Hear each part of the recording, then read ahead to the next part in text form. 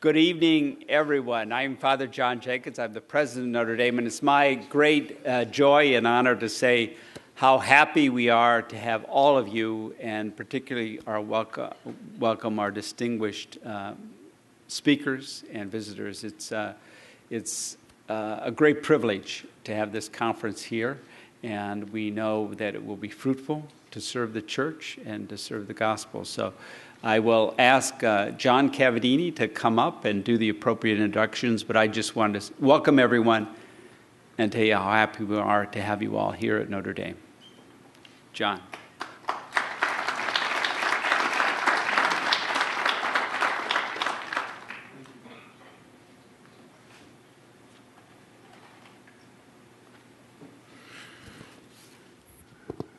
Thank you, Father Jenkins. Welcome, everyone, to this opening session of our conference on pastoral intercessions. Pastoral issues in science and human dignity. Intercessions are welcome also. Friends, it's my pleasure this evening to be able to introduce Cardinal Ouellet, who will introduce in turn our speaker for the evening. His Eminence, Cardinal Ouellet, is Archbishop of Washington and was elevated to the College of Cardinals in 2010 by Pope Benedict XVI. He participated in the March 2013 conclave that elected Pope Francis. Cardinal Ouellet has long been known for his teaching ministry in a variety of contexts, nationally and internationally, in Catholic education and in ecumenical and interfaith initiatives. It is amazing to me that someone so active in church leadership and administration is also the author of numerous articles and books that have left their mark on how we in the American church think about catechesis and evangelization. His books include the familiar and best-selling catechisms, The Teaching of Christ and The Catholic Way. More recently, he has published New Evangelization, Passing on the Catholic Faith Today, and The Light is On for You. That's just out this month. Cardinal Ouellet's books are known for their trademark blend of traditional Catholic teaching offered in a creative spirit of engagement and warmth. And as we all know, the spirit in which one teaches is just as important as the content of what is taught, especially in evangelization and catechesis. And that principle was laid down long ago by St. Augustine. Cardinal Ouellet's educational ministry includes not only his path-blazing work in catechesis and evangelization, he also serves as Chancellor of the Catholic University of America, but we won't hold that against him. He serves on the Vatican Congregation for the Doctrine of the Faith, the Congregation for Bishops, the Congregation for Clergy, the Pontifical Council for Promoting Christian Unity, and the Pontifical Council for Culture. And now you see why I say it's amazing that he has written enough books to get tenure here. He is the former chairman of numerous committees of the United States Conference of Catholic Bishops, including the Committee on Evangelization and Catechesis, and most germane to our symposium this evening, the Committee on Doctrine, which co-sponsors our conference this evening. Cardinal Ouellet holds a doctorate in theology from the University of St. Thomas in Rome. He served as auxiliary bishop in Seattle until 1987, then as bishop of Pittsburgh for 18 years, until his appointment to Washington. His titular church in Rome is St. Peter in Chains. Please join me in welcoming Cardinal Ouellet.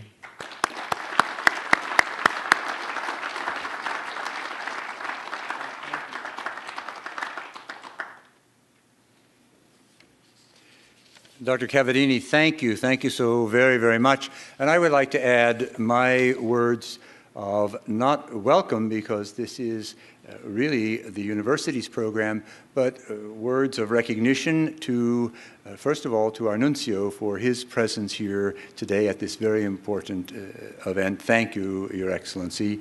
And to the president of the university, President Jenkins, thank you for the hospitality of the university, and in a very particular way to Dr. Cavadini.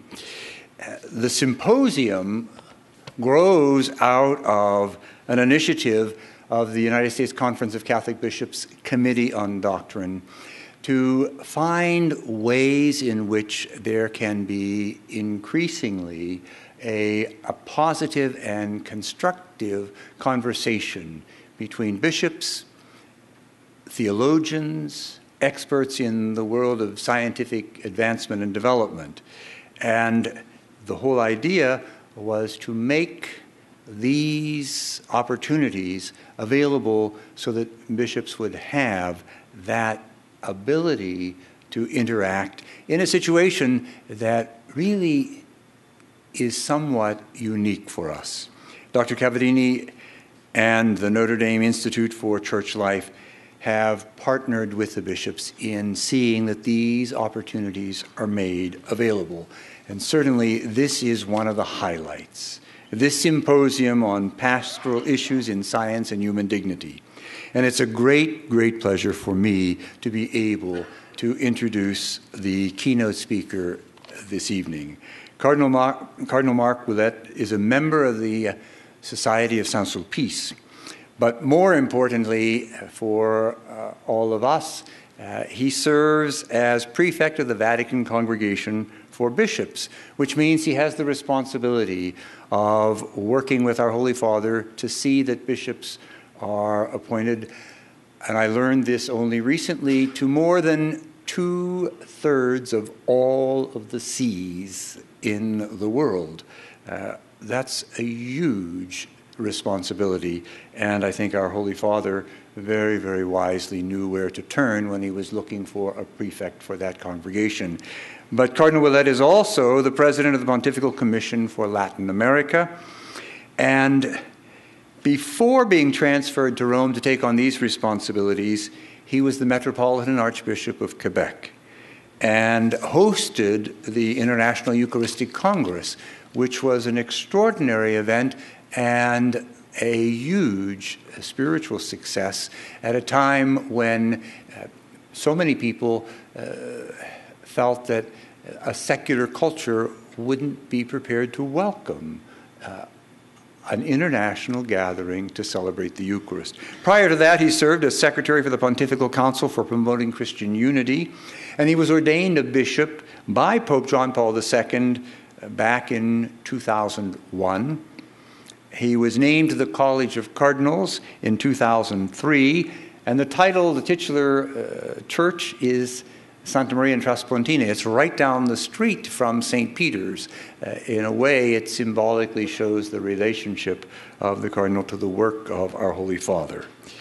His Eminence served as the Relator General of the 12th Ordinary General Assembly of the Synod of Bishops. I mention this because that synod concentrated on the Word of God in the life and mission of the Church and had to deal with some of the very issues that are surfacing here. How does the Word of God impact on our culture today? It was in the context of that synod that I first came to know and work with Cardinal Ouellet and recognize in him an accomplished scholar, an exceptional teacher, and a very successful pastor. He held the chair of dogmatic theology at the John Paul II Institute at the Pontifical Lateran University and continues to be a member of the Pontifical Academy of Theology. And in addition to all of these responsibilities, particularly overseeing the mission of bishops throughout the world, he still finds time to participate in these academic events, such as this symposium, and bring an accumulated pastoral and academic wisdom to the discussions. It is truly a pleasure and honor for me to present to you Cardinal Marc Ouellet, who is the keynote speaker this evening.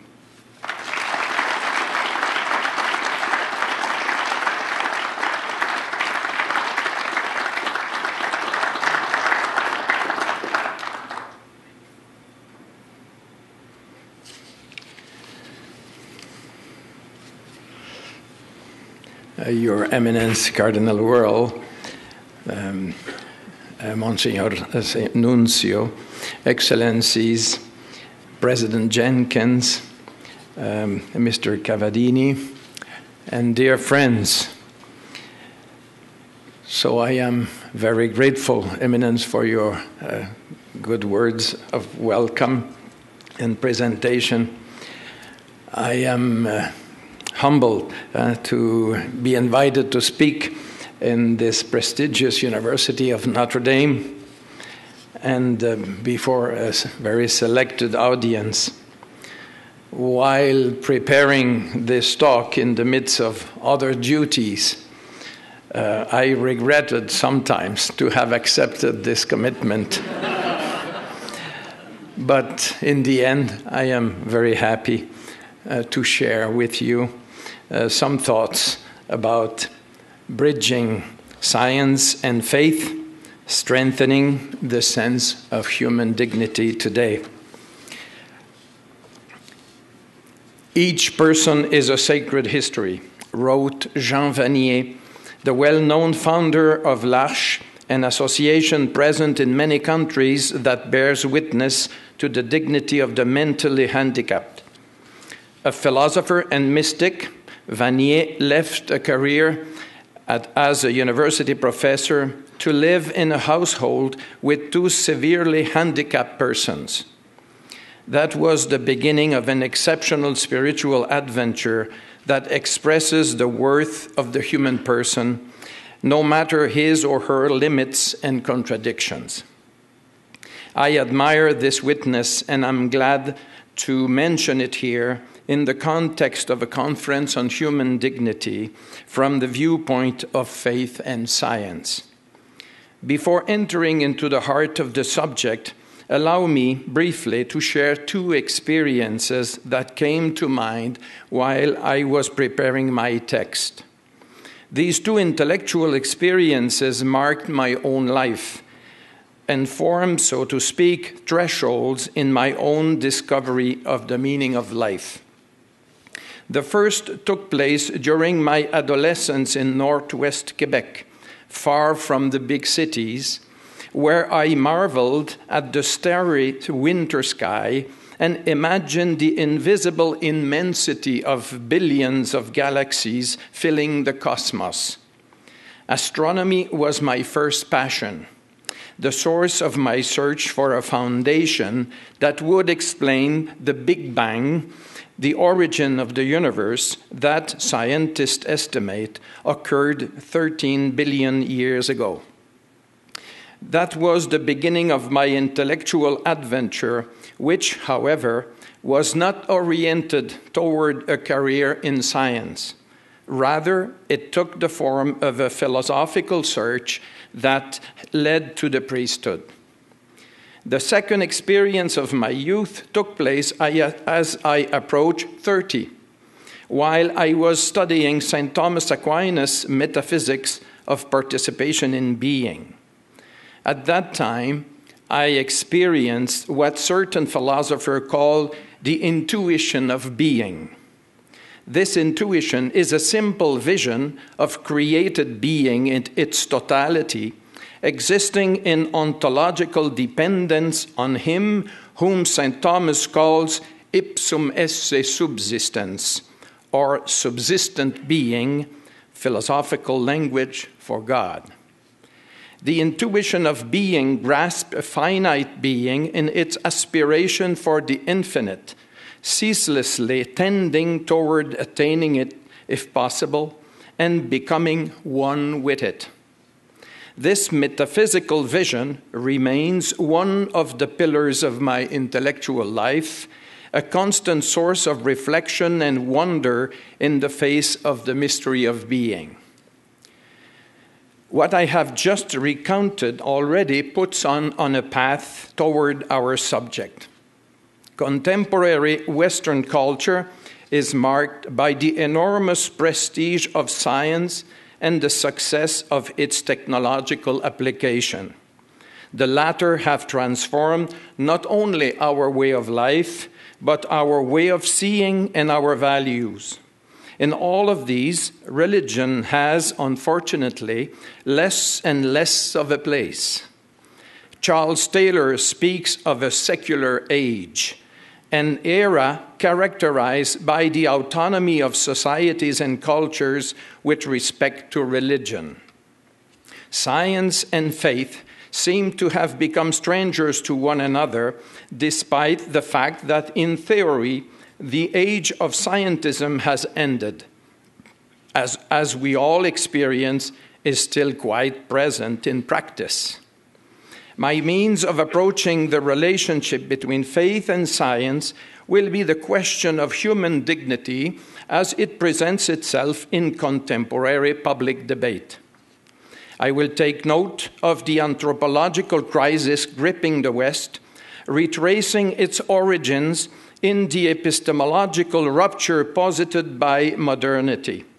I will then suggest a path to deepening our sense of human dignity in the light of reason and faith. The scientific aspect of this discussion will be presented in the barest of outlines, since my chief interest is not to explore meeting points between faith and science or their convergences or divergences, neither of which are lacking. Rather, it will be to address the epistemological question that conditions all the others. For without this, we condemn ourselves to empty concord and to fundamentalism in the relationship between faith and reason. So, first part, what is the state of the sense of human dignity today? In discussion groups, parliaments, and even on the street, our contemporaries clash about the meaning of human dignity. The debates taking place and legislation being passed within our societies all manifest a progressive desensitization with respect to this subject. We have only to examine the argumentation for legislation regarding abortion, research on human embryos, artificial reproduction, and genetic manipulation to note the decline in the perception of the sacred character of the human person. We see the progressive imposition of a social and political rhetoric that no longer interprets human dignity on the basis of the profound nature of the person, but rather on the basis of his conditions of life and states of consciousness. The euthanasia debate gives ample evidence of this evolution of mentalities and of the increasing difficulty of responding to this challenge with rational arguments supported by shared values. We witness a growing conflict between a religious vision and a secularist and pragmatic vision of human dignity. Laws are passed that do not have their foundation in the nature of things, but rather obey the interest of powerful lobbies. The two parties to this conflict use more or less the same language of dignity to signify realities grasped with varying degrees of depth. For example, the opponents of euthanasia consider the life of the human person to be a sacred and inviolable value by virtue of the person's spiritual nature and relation to his or her creator, the only master of life. The proponents of euthanasia generally abstract from this spiritual dimension of the human person and reduce the meaning of human dignity to the more or less limited quality of the person's states of consciousness or conditions of life. A scientistic and relativistic mentality considers everything that science makes technically possible to be a priori justified, legitimate, and thus approved, if not morally, at least legally. In liberal democracies, this dominant mentality, in fact, imposes a logic of might is right, with the help of powerful means of communication.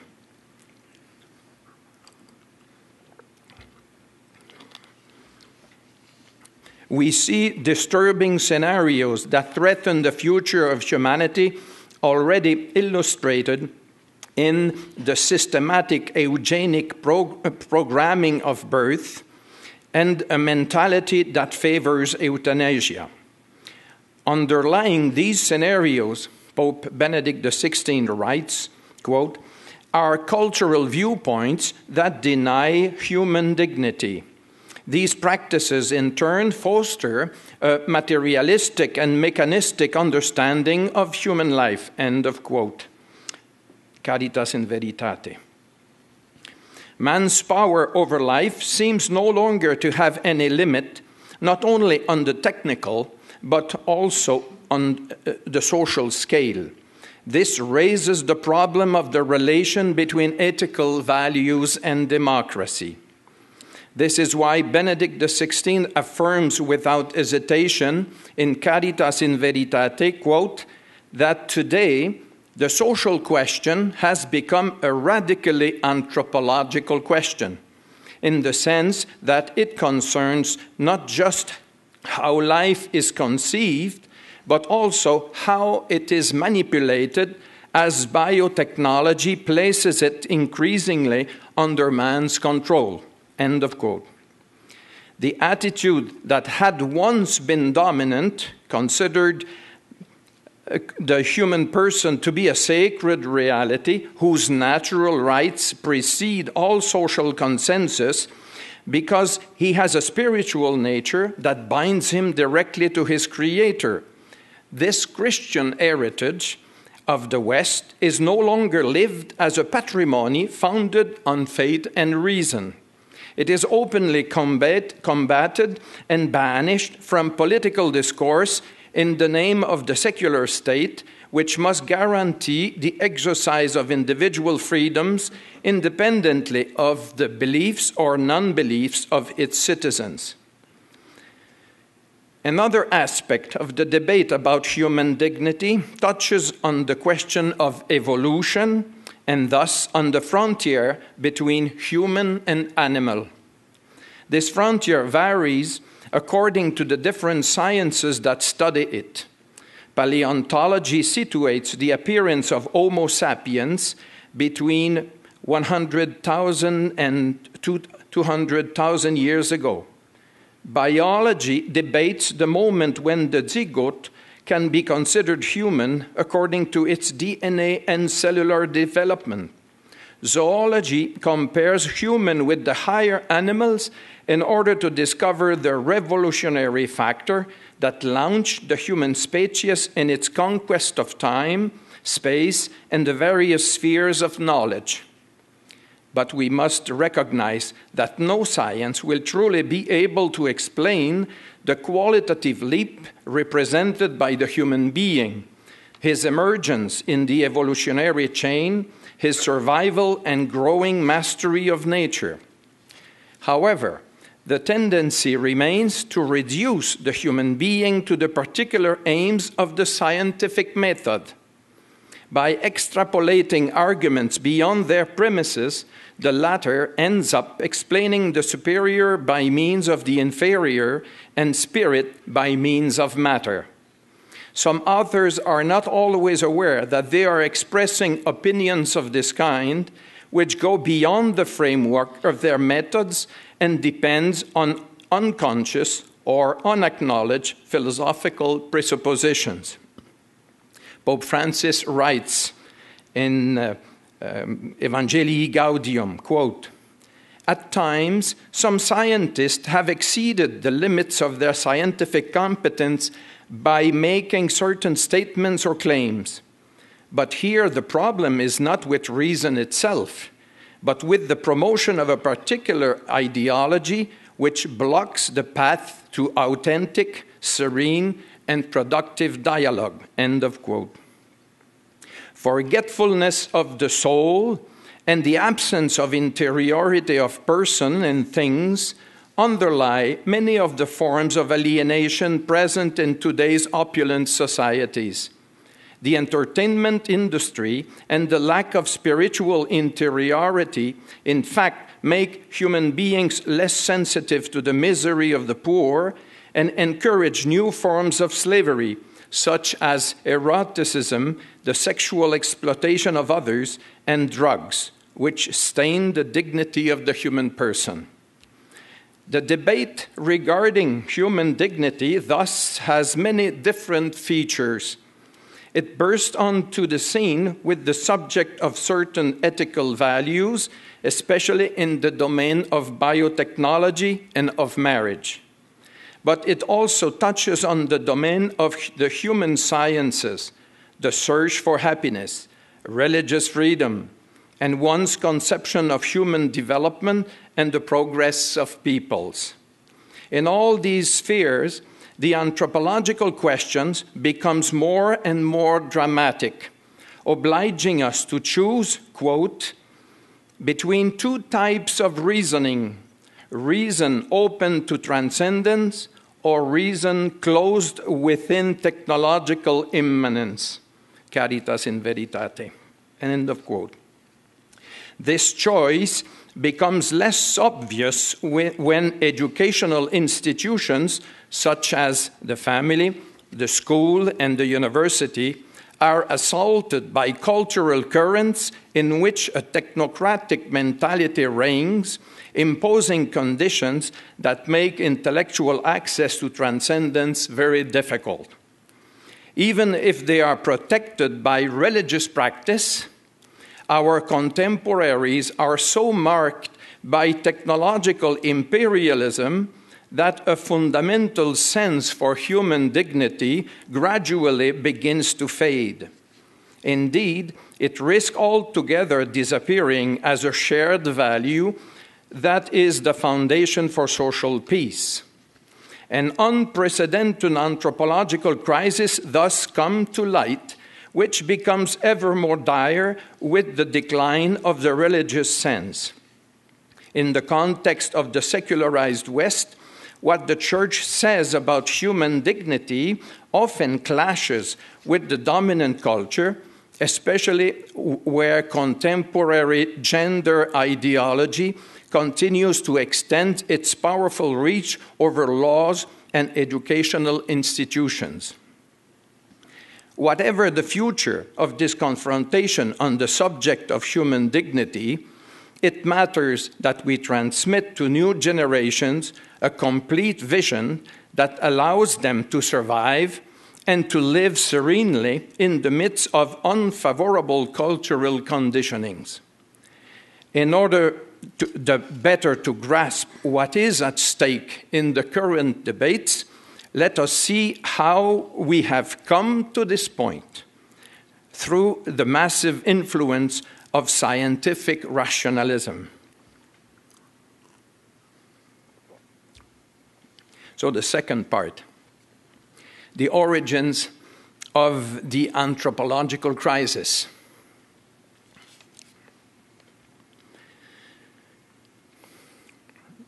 St. Thomas Aquinas affirms, quote, that a small error at the outset can lead to great error at the end. De ente et essentia. This was the case at the beginning of modernity. The positivist mentality, of which we have such bitter experience, has its origin in René Descartes' dream of inaugurating a universal mathematics. Quote, a young mathematician fired by his first scientific successes conceives the possibility, the necessity even, of applying generally to every problem whatsoever the method with which he had just succeeded so brilliantly. Never before had the history of human thought known an extrapolation as vast and bold as that, and it is by it that we still live today. End of quote. Étienne Gilson. Descartes' discourse on method sounded the death knell for scholastic philosophy, which was already suffering the influence of nominalism and bore little fruit during the Middle Ages from the viewpoint of the development of the sciences.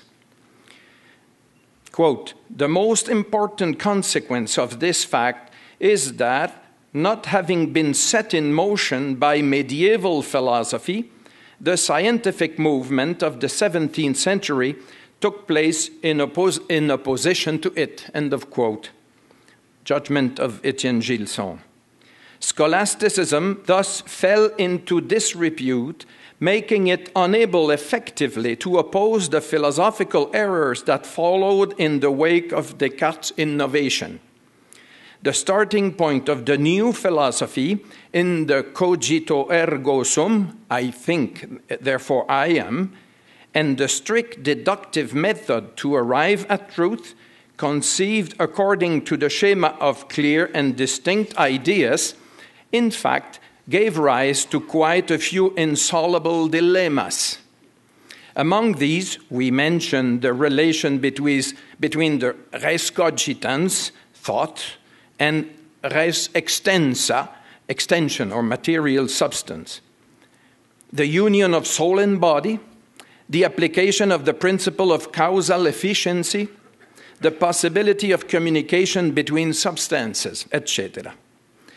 All this had well-known consequences in the philosophy of Immanuel Kant, influenced not so much by mathematics as Newtonian physics. Kant limited the domain of knowledge to phenomena, that is, to the product of the knowing subject in contact with things in themselves which remain unknowable. This distinction and claim signify the death of metaphysics as the science of being as being, and the reduction of philosophy to anthropology. In deciding to limit reason so as to leave room for faith, Kant instead opened an unbridgeable gulf between them.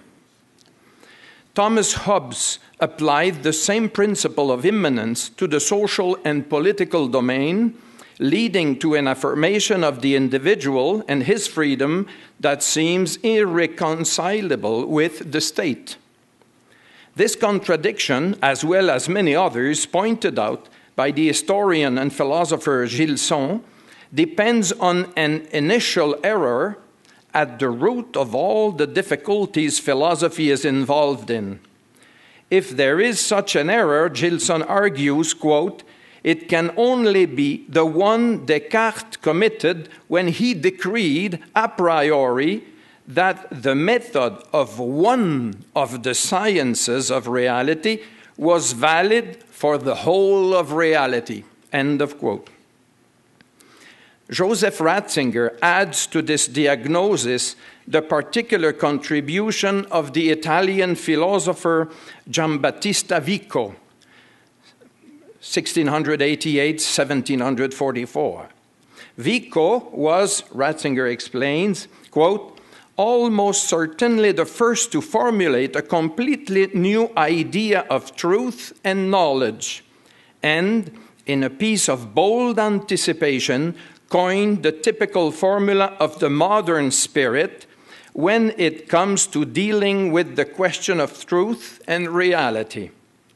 Against the scholastic equation, verum est ens, being is truth, he advances his own formula, verum quia factum. That is to say, all that we can truly know is what we have made ourselves. End of quote. This fundamental principle of the immanence of knowledge, characteristic of modernity, turns man toward the facta, things made, that are his own products. A century later, another famous formula is added to it, this time from Karl Marx, radically orienting thought toward techne.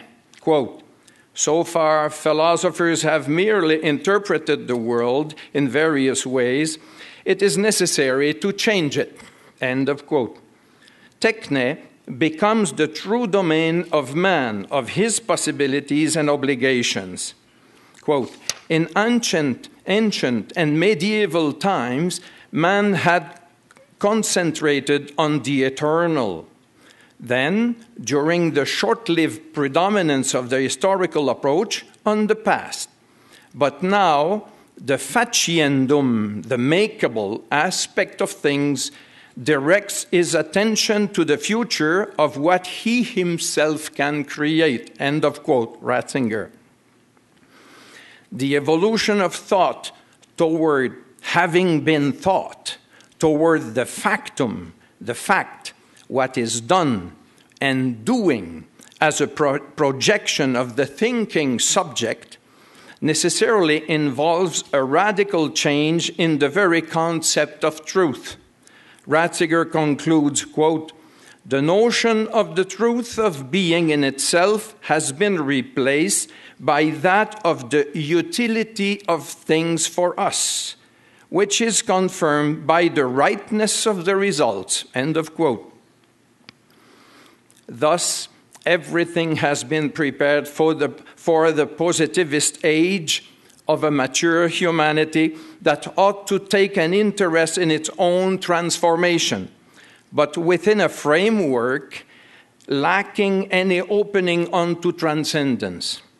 For the epistemological break of the subject from the truth of being could lead thinking nowhere but to the prison of our own thoughts, and thus to atheism.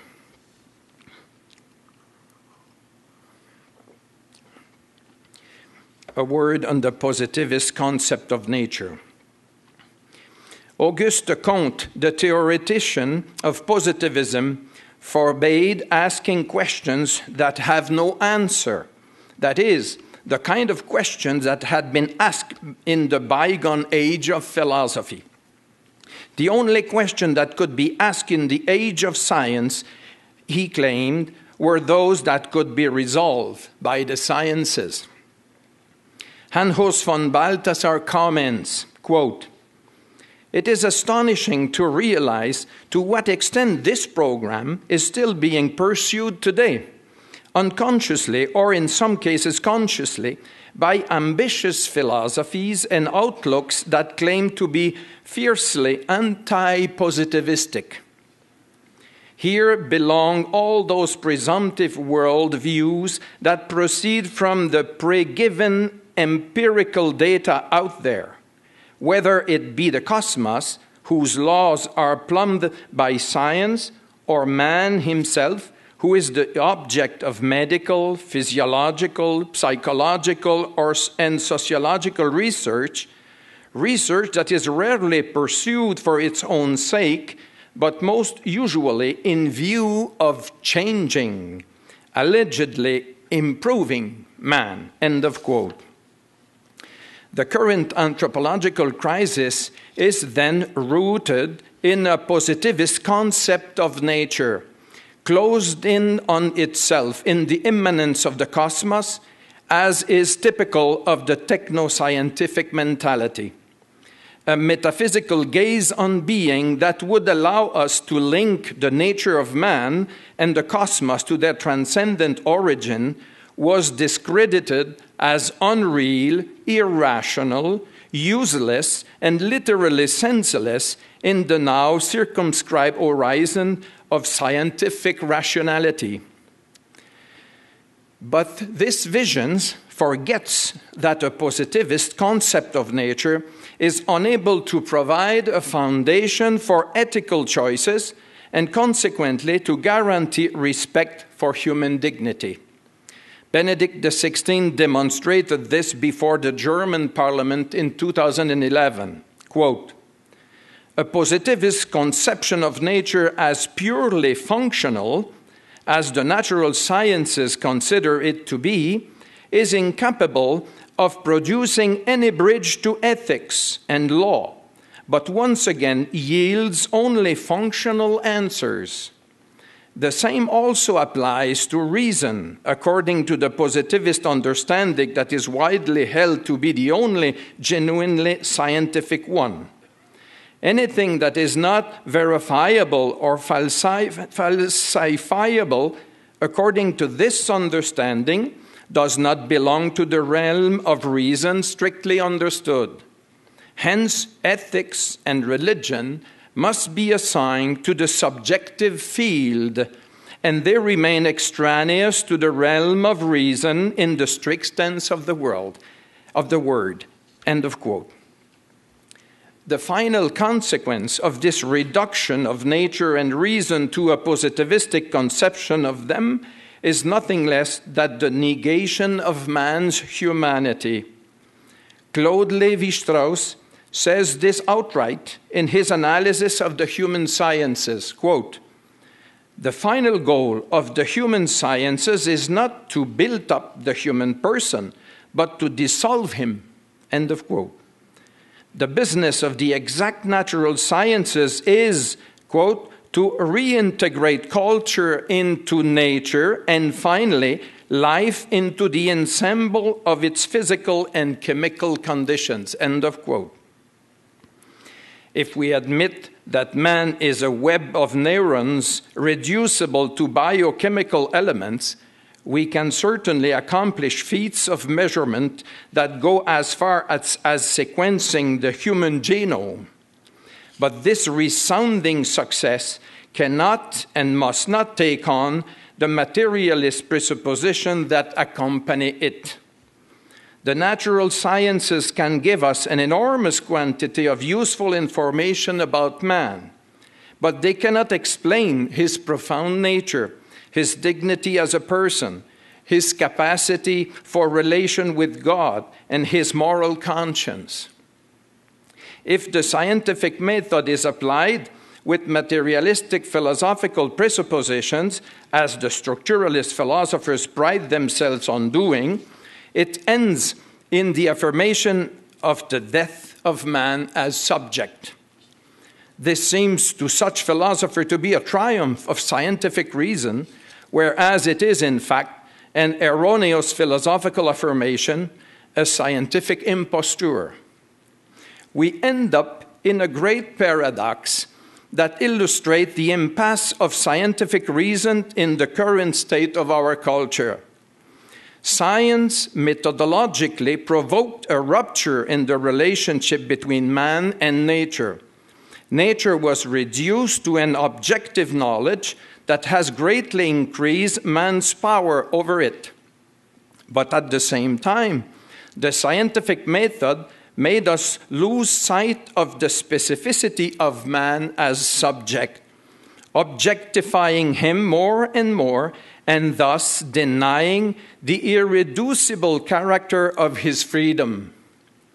So we have the paradoxical situation in which human freedom, modernity's most highly esteemed value, is contradicted by modernity's most highly esteemed type of knowledge. End of quote. What a tragic anomaly.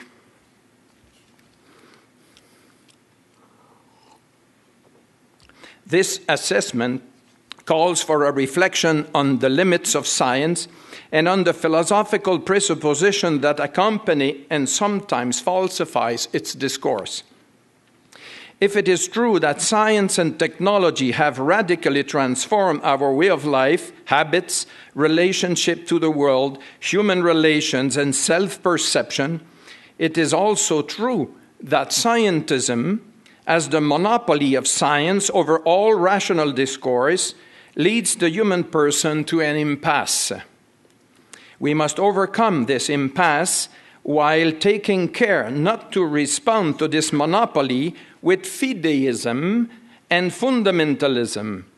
In other words, with an attitude that grants science its totalitarian pretensions and then takes refuge in a blind religious adherence that has been judged irrational. This is the source of a fundamentalist literal reading of the Bible that rejects all interpretation guided by a mentality open to the text of history and its relation to the whole of sacred scripture. Verbum Domini 44. This attitude does not respond adequately to the epistemological problem posed by science.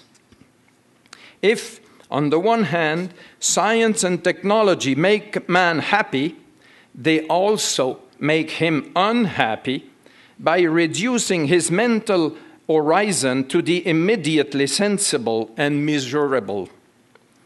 Man finds himself relegated to the rank of a miserable, manipulable object that can be assessed by the yardstick of his profitability.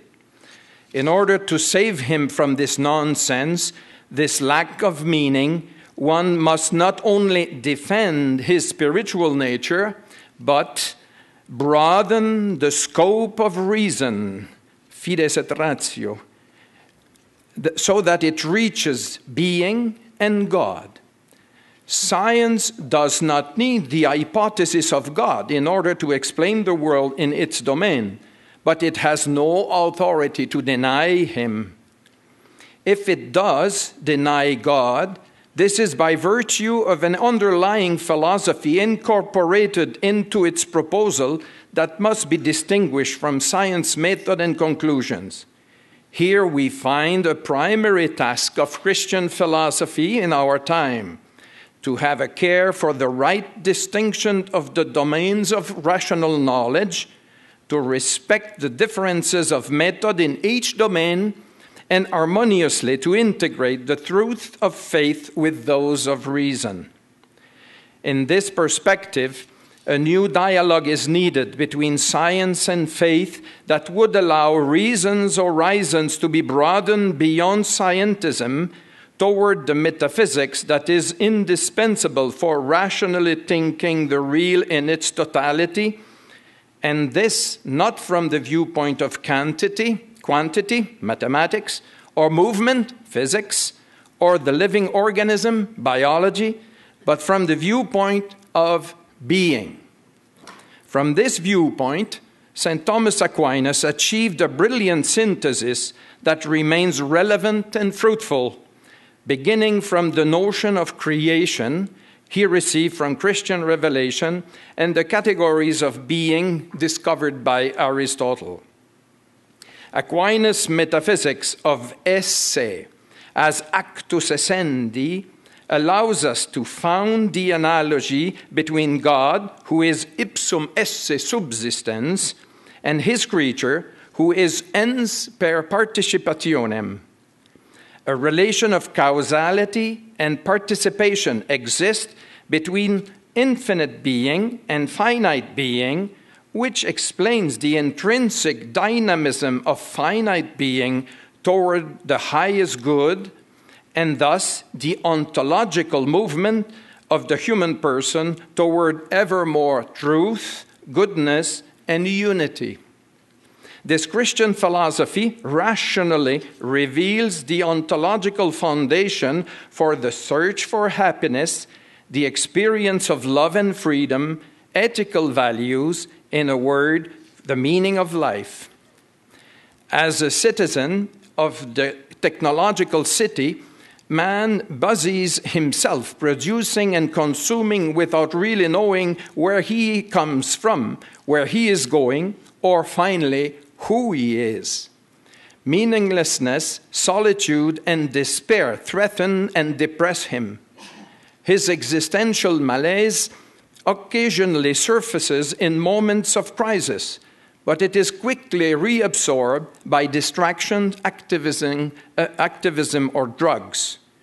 We are powerless witness of a spiritual impoverishment of humanity that Balthasar describes as the anima technica vacua, as opposed to the anima naturaliter Christiana of yore, which was more open to evangelization.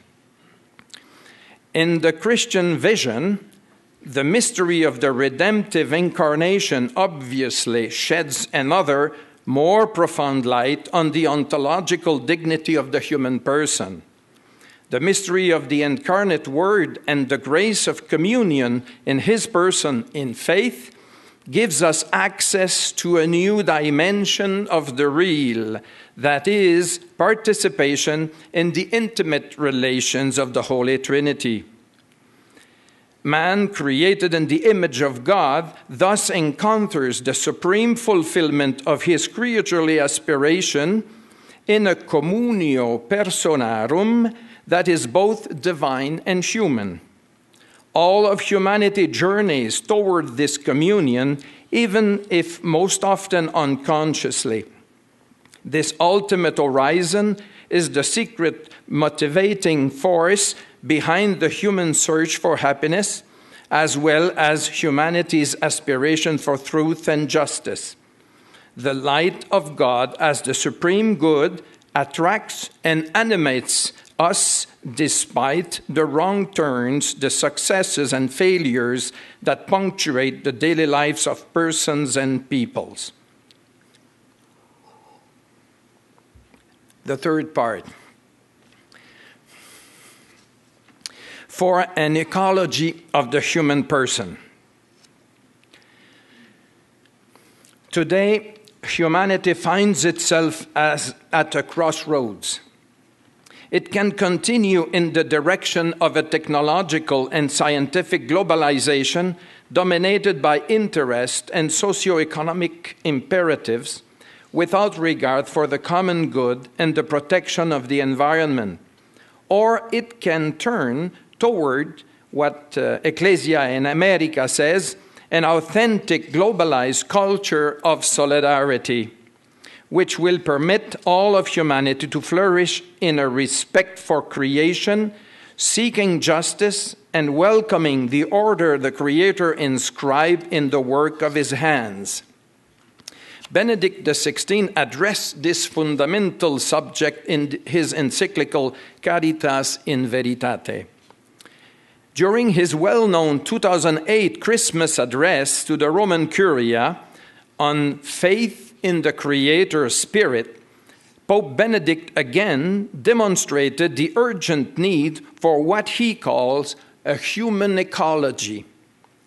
The Church, he said, quote, must also protect man from self-destruction. What is needed is something like a human ecology, correctly understood. If the Church speaks of the nature of the human being as man and woman and demands that this order of creation be respected, this is not some antiquated metaphysics. What is involved here is faith in the Creator and a readiness to listen to the language of creation. End of quote. The Creator Spirit inscribed a rational order in creation itself, and this order includes an ethical orientation. To disregard this orientation leads to man's self-destruction. Benedict observes, quote, what is often expressed and understood by the term gender ultimately ends up being man's attempt at self-emancipation from creation and the Creator, end of quote. This emancipation from his creaturely condition contradicts the truth of man as well as the Creator. For far from menacing human freedom, the Creator Spirit places in creation, understood as a gift, the conditions for human flourishing. In this context, Pope Benedict made an important and courageous observation, which confirms Paul VI's prophetic intervention in the encyclical Humanae Vitae. Quote, the intention of Pope Paul VI was to defend love against sex as a consumer good, the future against the exclusive claims of the present, and human nature against its manipulation. End of quote. This profound analysis prompts us to reflect on the difference in method and result between an anthropological vision without God, which lead to self-destruction, and a vision founded on the Creator Spirit, which guarantees the rationality of the cosmos and the flourishing of human freedom. We need then to rethink and resituate the place of science in contemporary culture and above all, to free it from the positivist philosophy that contaminates its method and influence. In the euphoria of its discoveries and power, science has become a precious but ambiguous resource which turns against man the moment it is not integrated into a general culture of humanity. Hence, the importance of a new synthesis of its relation to the other domains of knowledge, particularly history, philosophy, and religion. One stripped of the supreme authority it has claimed for itself to the detriment of the other degrees of knowledge, science can render all the more precious a service to humanity if it is resituated in relation to the other complementary kinds of knowledge concerning values, finality, the meaning of life, and transcendence. In this dialogue, we will be able the better to perceive the limits of science and to define its epistemological status. Properly speaking, this status belongs to a more general discipline, philosophy, whose object comprehends all the particular sciences, for they are domains and concretizations of being. We must rebuild the bridges that connect us with the wisdom of the ancient, whose philosophical observation attained reality in a more holistic manner. While perhaps naive, these observations were no less pertinent to the real. The categories of nature, substance, and essence coined by the Greeks remain valid even today for thinking about man's humanity and his relation to the world, himself, and his creator. To dismiss this knowledge in the name of scientific and technological progress would be equivalent to putting on blinders so as not to see the reality that surpasses this method and viewpoint. It would be to deprive ourselves not only of the results accumulated by earlier generations, but to lose even the original attitude that drives human research in all fields. Wonder or admiration for what is has always been the starting point for human questioning and for the unstoppable dynamism of man's quest for meaning.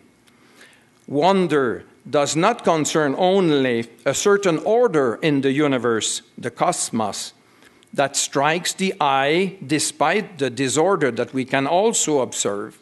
We can name the latter precisely because order predominates and reveals a logos present in all things. Rational wonder raises humanity up from a childhood on myths and fables. It flows from a recognition of the contingents of man's being and his singular yet fragile position in the universe.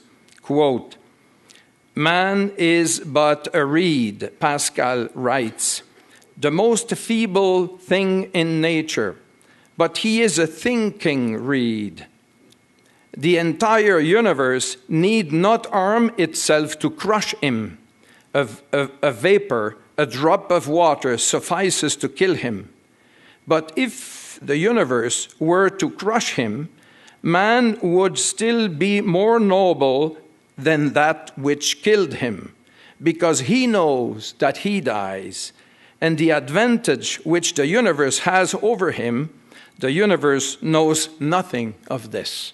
End of quote. We need seriously to examine our methods of education to see whether the sum of scientific knowledge offered to young people is completed and offset by a sufficient exploration of reality with other methods and projects, which encourage contact with nature, religious meditation, contemplation, aesthetic experience, philosophy, and friendship, everything that cultivates a respect for human dignity. Without such an educational effort, which requires a difficult conversion that runs contrary to the demands of technical performance, humanity risks riding the wave of an aimless globalization into the abyss, even after the tragedies of the 20th century. Our cultural environment is dominated by omnipresent technological products and motivated by a spirit of consumption as insatiable as it is unsatisfying. Once it has launched itself on the trajectory of a mechanistic and materialistic vision of man, such a culture not only hinders us from seeking another solution to the ills of the soul, but eliminates the very questions as meaningless, passé, to be overcome by some sort of drug, whether by prescription or freely chosen. In other words, in order to move beyond scientific and technological imperialism, we must affirm the transcendence of the human person, who can never be reduced to a means with a view to an end. His ultimate end is God, who inscribed in his rational nature the foundation of his capacity to distinguish good and evil and to discern authentic ethical values. This metaphysical conviction ought to correct the scientistic mentality that, as John Paul II remarked in Fides et Ratio, has succeeded in leading many to think that if something is technically possible, it is therefore morally admissible, end of quote. We must then re-establish a balance, proposing, quote, a philosophy of genuinely metaphysical range, capable, that is, of transcending empirical data in order to attain something absolute, ultimate, and foundational in its search for truth, end of quote, Fides et Ratio 88. In this metaphysical search, anthropology is not brushed aside in favor of another discipline. Rather, it is led to the foundation of, quote, the concept of personal dignity in view of the human person's spiritual nature. It is precisely through the person as a privileged locus for the encounter with being, end of quote, that we have access to the transcendent foundation of human existence. This foundation shines forth in man's consciousness and calls him to go beyond himself in experiences of the true and the beautiful, in moral values, in other persons, and in being itself, which reveals the mystery of God.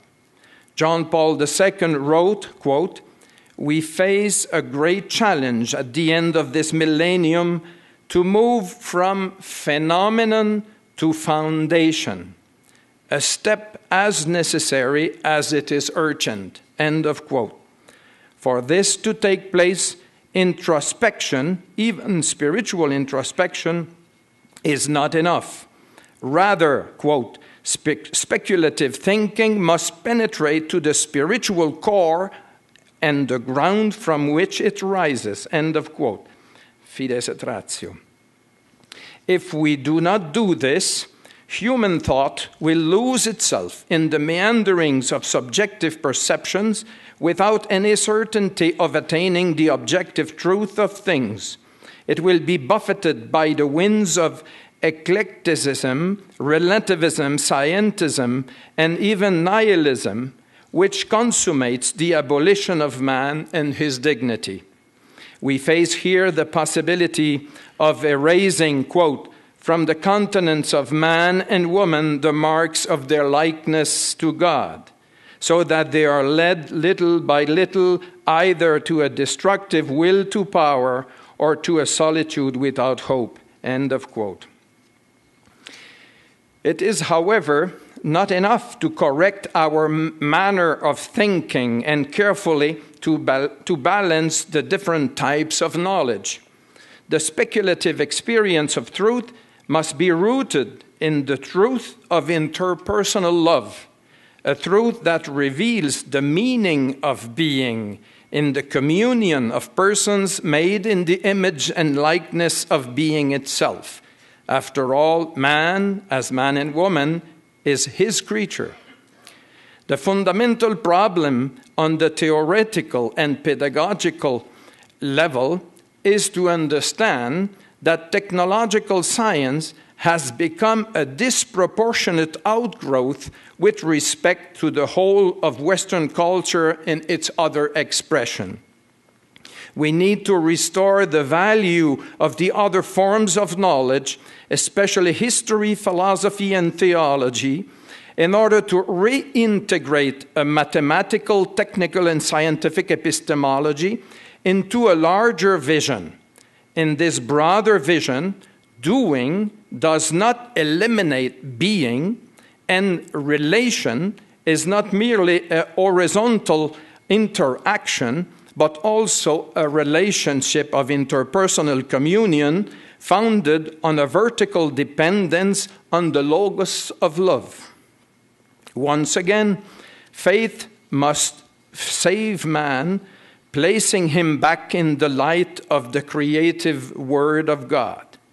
This word grounds science and its success, but it also guarantees the human person transcendence and guards the harmonious plurality of his forms of knowledge against the hegemony of one or the other in the ensemble of human wisdom. Conclusion.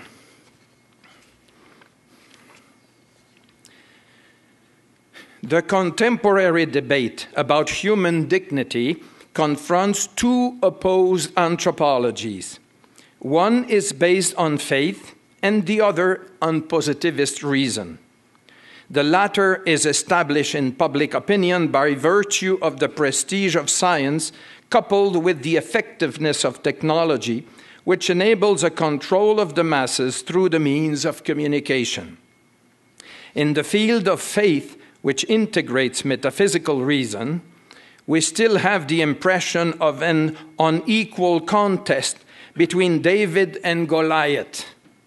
David, however, is upheld by the invincible hope that in spite of everything, truth will triumph. By now, we are very familiar with the successes, but also with the limits of science and technology, their inability to give meaning to life. It becomes possible then to renew a fruitful dialogue between science and faith with the help of metaphysics. The hour is not that of scientific triumphalism, but of the pooling of resources of the past and the present. The tragic modern confrontation between science and faith demands a new equilibrium between the different domains of knowledge beyond the alienating ideologies that have manipulated scientific facts or the religious sense. No method and no scientific discovery can eliminate the question of being, the question of God, and the question of the human person, that microcosm whose freedom is modernity's most precious conquest and who now risk sinking into insignificance and nonsense. Heidegger defined man as a permanent question, ever in movement toward being, but threatened by the omnipresence of technology. Beyond the philosophical errors of modernity, we should rejoice at the achievements of science, which bear witness to the greatness of human reason, its openness to the whole of being. For human thought transcends matter and cannot be reduced to an inner worldly horizon any more than the irremediably unquiet human heart can find rest anywhere but in God. Educating our young people to see further than the stars and deeper than the internet is the great challenge of today's educators, who must form men and women free of scientistic and fundamentalistic prejudices, capable of promoting the dignity of the human person in the name of faith and reason. This is so much the case that we ought to evaluate the quality of an educational institution not only by the excellence of its teaching in this or that subject, but rather by the excellence of the witness of educators who live a harmonious relationship between faith and reason. This harmony depends on the mediation of a Christian and authentically metaphysical philosophy, which needs to be renewed in the light of past errors and to integrate the scientific contributions of modernity and the progress of theology. This was one of the great objectives of Benedict XVI's papacy as he courageously confronted the anthropological crisis of our time. His luminous thought contains a precise diagnosis of the reductive epistemology that eliminates metaphysical rationality, thus leading to man's self-destruction. As he demonstrated in the public square, in universities, and before parliaments, our dear Pope Emeritus Benedict is a great witness to the harmony between faith and reason. We are filled with gratitude to the Holy Spirit for the testimony of this cooperator of the truth in the See of Peter, who prepared the way so well for Pope Francis, beloved reformer of the Church, through his proclamation of the gospel to the poor. Thank you very much.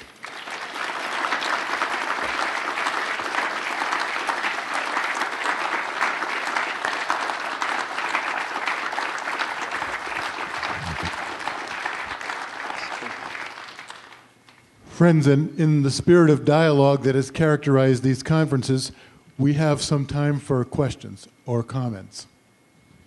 And we have two microphones, this one and Lenny has one.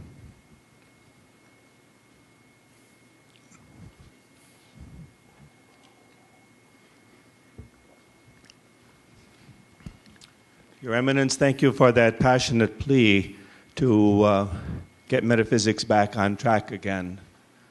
And as a Franciscan, I'm going to make a passionate plea that besides Thomas's marvelous teaching on participation of being, we also study Scotus's univocity of being and disjunctive transcendentals, because I'm deeply convinced that revisiting Thomas and Scotus and the Franciscan school will have a marvelous contribution for the future of Catholic theology. Mm-hmm. Great. I take it as a good comment, so I may say something afterwards. Your Eminence, I just have a question.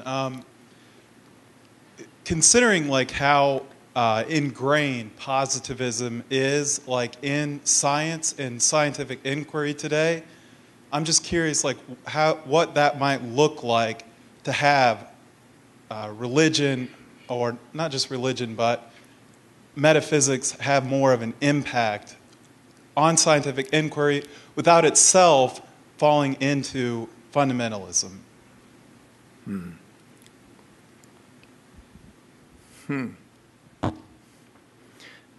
Yeah, I would. I have an example, and that comes back to my mind. I worked at the John Paul Institute on marriage and family, and what I was struck by the interdisciplinarity of this institution.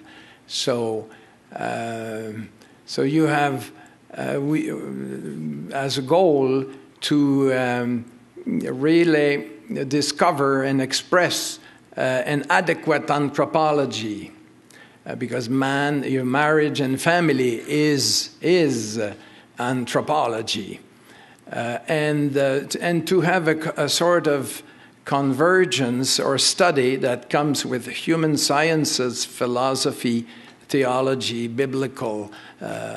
So this is a way of approaching the reality of man from a diversity of points of view, and so not to be unilateral and to privilege only the scientific data, but also to have the other approaches. I think that's what we need. So that's the point I was making in our education when I said that to cultivate wonder, the capacity for wonder, but deeply. That means we have to help the young people also to raise the question, not only the marvel, before the results of science or the beauty of cosmos and so on, but the marvel before the fact that we exist, that there is something instead of nothing. And why is there something instead of nothing? The basic question of philosophy, which is the birthplace of metaphysics. So the question of being. And so I think that this has to be cultivated, and helped, because otherwise we are very much unilaterally oriented towards the methodology of sciences. We are shaped and we are not even able to value these questions as true questions and important questions. So it is just pushed aside as insignificant. So what does it produce? But in a way, it awakens what is deeper in our human mind, the capacity of questioning, the most fundamental questions. If we do not cultivate these questions, we remain undeveloped intellectually. The intellectual maturity remains, underdeveloped. So. And theology suffers when you don't have a metaphysical basis. Because the philosophy raises the question to which the theology answers. If the question is not deep enough, you will use also, the religious for making it function, in your human needs only. So,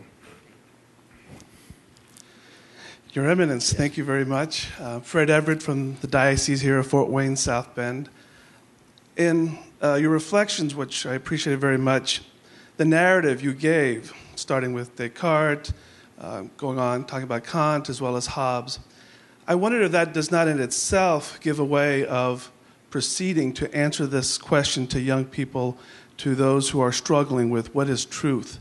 What qualifies as knowledge? And certainly when we're talking about relationships, what is love? That's not measurable in any concrete way. And yet I think it might be helpful when we present this to present it in terms of a narrative, of a story. Just as you said, that small mistake Descartes made has then resulted in much damage today. Yeah. I think we also need to look and ask, why did he make that mistake? And it was certainly an anxiety about what is true. How can I know that what I am believing is actually true? And so he thinks that by using this methodology, he will actually achieve truth, which, of course, as we have talked about, is actually undermined the truth. So talking about in terms of a sympathetic narrative, how people have tried to deal with questions, but why they made mistakes, and how we're now trying to behave, for example, build this idea of this human ecology, which is, I think, is really probably the most helpful way of trying to address this. Yeah, you're right. Descartes, that's the original sin of modern philosophy, but it is genial.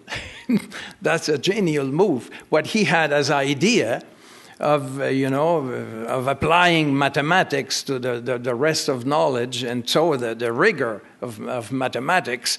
So it was a genial idea, but as far as it cuts off the link between the mind and the real. So you are prepared just for a sort of logic of ideas, which is not in direct contact with reality. And this has to be, pointed out very clearly. You know, that's what we call the principle of imminence of modern philosophy. So the affirmation that what you know is only what your mind produces. So you don't know about the real. You just know what the concept you are elaborating. This is the basic error of modern philosophy. And we have to refuse that from the outset. So this is an option. But it is in all philosophers of modernity up to our times. You know, this principle that you know only the phenomenon. You don't know the reality. And so... Your Eminence, Bishop Michael Pfeiffer, recently Bishop Emeritus of the Diocese of San Angelo, Texas. Thank you for your very inspiring and enlightening presentation. It was mentioned by you and the previous speaker that our youth are falling into many traps as regard to this whole question. Metaphysics, they don't understand what that is. And I think the challenge is for us to bring metaphysics back into its true meaning of what it should mean for us, has meant for us, coming from Scripture and the Church's teaching. Many youth today think that when we talk of God, God is one of many gods. So they're new idols. Thomas Aquinas, as you said, God is ipsum esse, the being. But because of so many teachings in our secular world, many young people are coming to think there are many gods, and the true God is just one of those gods, or there are many creators, and he's one of the creators. There's a big study going on in Western Canada, Vancouver, about quantum physics, and it's frightening to read what's happening there in that Discovery Center, where they say they can design a computer that could put being in two states at one time, or being in two places at one time. I think when we hear that, especially for our teaching with children, there's a great, great challenge for us today. Yeah. In a way, if we want to have a sort of a sense of the unity of things, of the cosmos, we have to raise the question of being. That's the question of being that allows us to get to the source of being as one, and as the reason why there is the multiplicity, and how the multiplicity cannot be explained by itself. It has to be explained by the one, that is the cause, and that is the goal of all reality. So the metaphysic is giving this very simple vision, but which has, I remember, so in my own experience, I thought I would not exchange this, rational achievement with all the data of all the sciences. You know, it's quantitative, but when you get to this vision, which is simple and which is all encompassing. So it is a very deep satisfaction for the mind, and it opens up the capacity of understanding theology, you know, and to enter into a deeper understanding of the Trinity and so on. So that's why Aquinas is an extraordinary genius.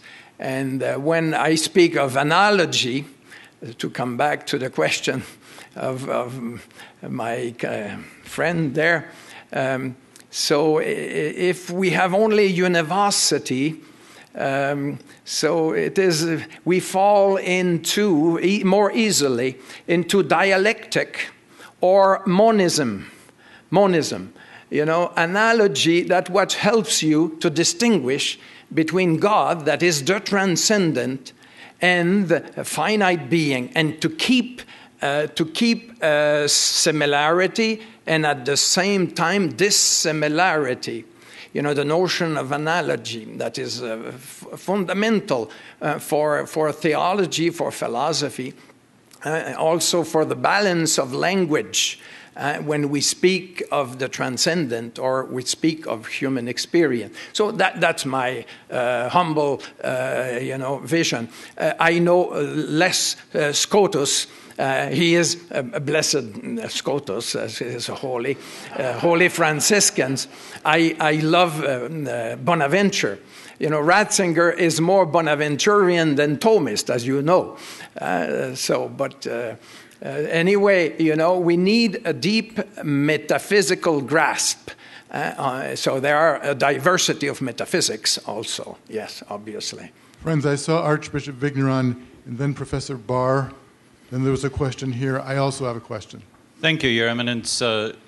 One way I've tried to understand your talk, and I appreciate it very much, is a theoretical critique of scientism and offering a vision that's an alternative.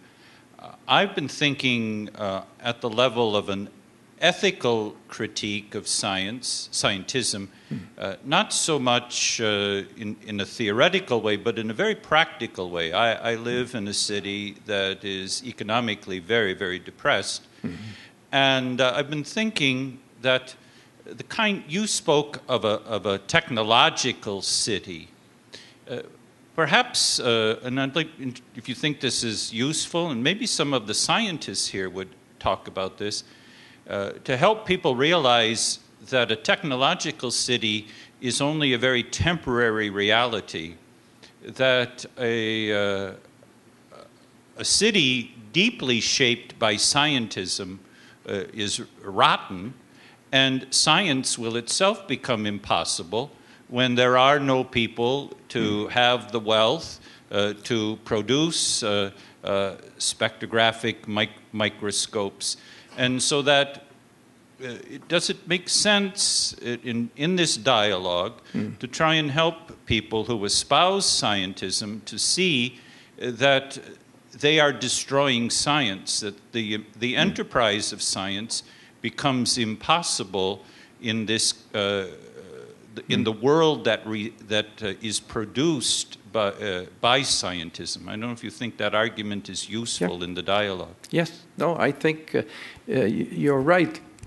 That's in a way, that's the reason why I insisted for the education of the youth. I just mentioned in passing the contact with nature.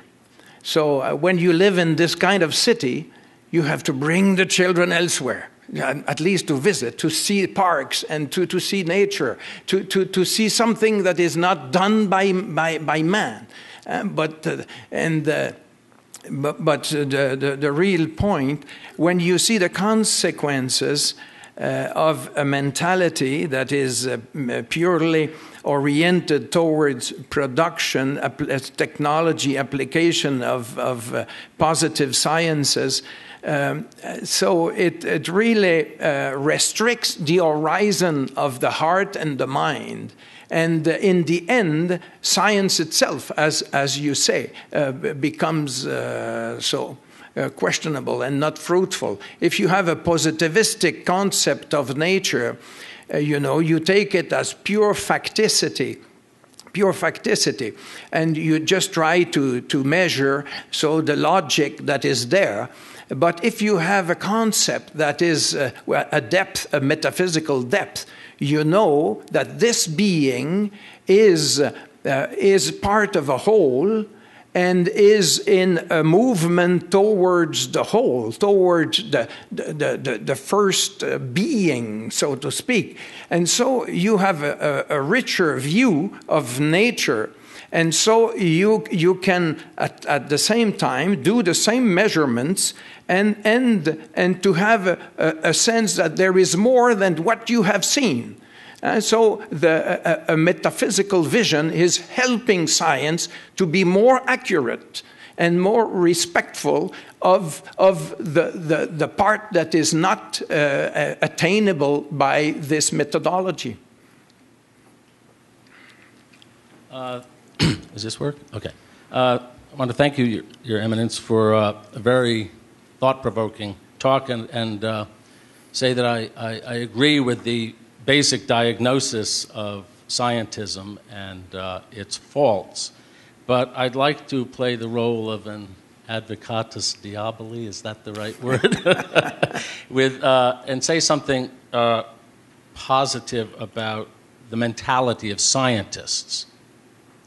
I would like to make two comments about the mentality of scientists. I think it would be wrong to attribute the philosophical errors of people like Descartes, Hume, Kant, and the positivists of the 20th century, to lay those errors at the doorstep of scientists. Those thinkers, Descartes, Kant, Hume, Kant, and the positivists, all in their own ways, were dubious about the possibility of knowing the truth about things rather than the appearances of things. Certainly with Hume and Kant and the positivists. They thought you could know the phenomena, the appearances, but not the truth behind them, the noumena, the things as they are in themselves. That's not something that modern scientists actually believe. That's actually very foreign to the mentality of modern scientists, who actually do believe, are very firmly convinced, that the human mind can make contact with the truth about the external world. So I think the world may be afflicted with various skeptical philosophical errors, but those are to be distinct. Those are not really errors that afflict the scientist himself. They are not really characteristic of the modern scientific mentality. The second thing I would like to say is there's a heavy emphasis in many writings about modern science on the idea that modern science is more interested in controlling nature, dominating nature, more interested in what is useful than what is true, in techne, and so on. And I think that's also not actually characteristic of the mentality. It may be characteristic of the mentality of many people in the modern world, but it is not the mentality of people who are in the fundamental sciences. What draws most young people into scientific research and excites them about it and is the desire to understand the world, the truth about things. There's applied science and there's technology on the one hand, but people who are in fundamental physics, fundamental research in biology and physics and chemistry and astrophysics, are really trying to understand the world as it is. They really believe they believe it is possible, and that's what they're really interested in doing. For example, a field like astrophysics has no practical applications whatsoever. Understanding how stars or galaxies work is really not very practical activity. And my field, I hope there are no particle physicists around that I will shock with my betrayal, but nothing we have learned in theoretical particle physics, which is, as many people think, the most fundamental branch of physics, nothing we've learned in theoretical particle physics in the last 40 or 50 years has any practical application. The knowledge about elementary particles has no practical application. People want to learn about quarks and black holes. Black holes are not practically useful to understand. There's no techne there, People want to know about quarks and the Big Bang and black holes and all that kind of thing and grand unified theories and this, out of a pure desire to understand the world. So I just want to defend my fellow scientists, and not just scientists, but many people who are interested in science. You might say science buffs, people who follow science. That I think it's not entirely fair to them to attribute to them those particular two errors. Though those may be widespread errors in our society. Yeah. So I think it is a good comment, and you will have to further expand tomorrow, with other issues. And I would say that probably most of scientists who go to science, interested by the things itself, are realistic. They have a sort of realistic epistemology, I would say, but they don't have probably this at a philosophical developed way. They just work within the frame of realistic look at the real, but the problem. The problem that came from modernity, from the method of Descartes, which was a mathematic method, afterwards, the principle of causality was put into questions, Hume and Kant, and you can have, you can see links between phenomenon, but the causality as an ontological fact it remains, open and uncertain. So, because if you know only phenomenon, you can see a link between phenomenon, but you cannot affirm that there is an ontological causality. So that's why the loss of metaphysics is very serious, even for science, because you don't have the tool, to think through. So the connection between the facts or the laws or what is observed and discovered. So I would agree with you that probably most of the scientists they are realistic, so they are open to a philosophy, a realistic philosophy, so a metaphysics. So if they enter into dialogue, but most of the time they are very much conditioned by the prestige of physics as the only knowledge that is really scientific. So philosophy has no great prestige beside it. It doesn't seem to bring lots of light to the discussion. So, but I think in that sense, it is important to retrieve the place of philosophy. That was my point. If we want to bridge faith and science, we need this mediation. So that's my deep conviction. We can also argue on many details, but I think it is in the culture of today that's a need, theoretical need, and also pedagogical need. Yeah. So friends, we're coming to the end of the hour, and maybe we have time for one more brief question. Dr. Melanie Barrett, Mundelein Seminary in Chicago. Your Eminence, you argued that because ultimate being is a communion of persons, that speculative truth must be rooted in interpersonal love, and you've proposed among your solutions that the person can be a privileged locus for the encounter with being. Now, given that because of individualism and consumerism and the use of technology, persons tend to relate to one another through that mindset as other objects to be used and then thrown away. How do we create the place for such privileged encounters to occur? Yeah. I think in a family, so you have to control a bit technologies. I mean, the parents must put some sort of limits because internet and technology is isolating. The computer, you isolate. You can just live in the virtual and not be relating to your brother and sister and your parents and so on. So this is an important point. But I would say that the basis of the understanding of being and the coherence of the Christian theology and philosophy, to understand being from love, from absolute love.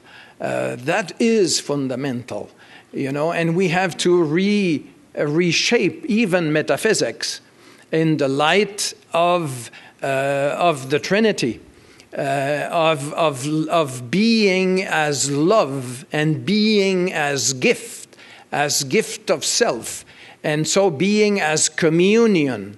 And so this is a light that comes from revelation, but the theology is to reflect on what is given through revelation. But once you have this light, you can also exercise reason at the level of reason with this indirect light, and understand much better human relationships. And so family life and the sense of marriage also, and from an ontological point of view. So metaphysics, in a way, can be further developed as meta-anthropology. That's what von Balthasar does at the beginning of his in his trilogy of 15 books. The last part is on the truth is on the truth. He starts with beauty, and then he goes to the good, and then he finishes with truth. And at the beginning, he has a book where he comments the De Veritate of St. Thomas Aquinas, but in a way transposing, being as a meta-anthropology, starting from the analysis of human love to understand being. That's the best starting point, because the image of God is mostly in the human experience of love between persons. So this is the locus par excellence, to deepen the mystery of being and as love, and from there to have a sort of access to the transcendence, and to access to the rest of the beauty of the cosmos and the goodness of things, and ethical values, obviously. And friends, we've come to the end of the hour, but I want to sneak in one observation, if I can, even though I said that was the last question. I wonder, Cardinal, if at the very beginning of your talk you kind of gave us a clue as to how to approach a pedagogical issue, or if the issue is the closing of a horizon, so the closing of the horizon of reason, in a sense, down to the empirical and the technical, in some ways, what you need is a shock to move you out of that horizon. And it seems like something like the L'Arche community that you were mentioning at the very beginning, that someone could look at that community and immediately their imagination is kind of expanded, in a sense, beyond the logical, the technical, and the practical, because this community defies analysis in that way. Yes. So in some ways, the lives of the saints even, as a way of inaugurating a new pedagogy and a way into metaphysics that's not metaphysics yet. So I want to support that point that you made at the beginning of the talk. Thank you for making this comment. That's, I think, in the first sentence, I wanted to encapsulate, the sense of human dignity, and from this testimony of gratuity, So you don't have their productive relationships. You, in the first aspect, you seem just to be at the service of the people. But the witness of Jean Vanier is that what he has learned from these people, and what the transformation of his own vision of the world, and so to reintegrate, people with handicap, as really human beings that are bringing their own contribution to the understanding of what is a human person and what is gratuity in love. So what is a real service to humanity and openness to God, because in this experience you have an experience of God in this gratuity that is impossible to integrate in a vision that is very much horizontal. It doesn't make sense in a very horizontal framework, but it opens up another dimension, as you just said. Thank you. Friends, I think you can agree that we've worked our speaker very hard this evening, so I think he deserves an extra special thank you.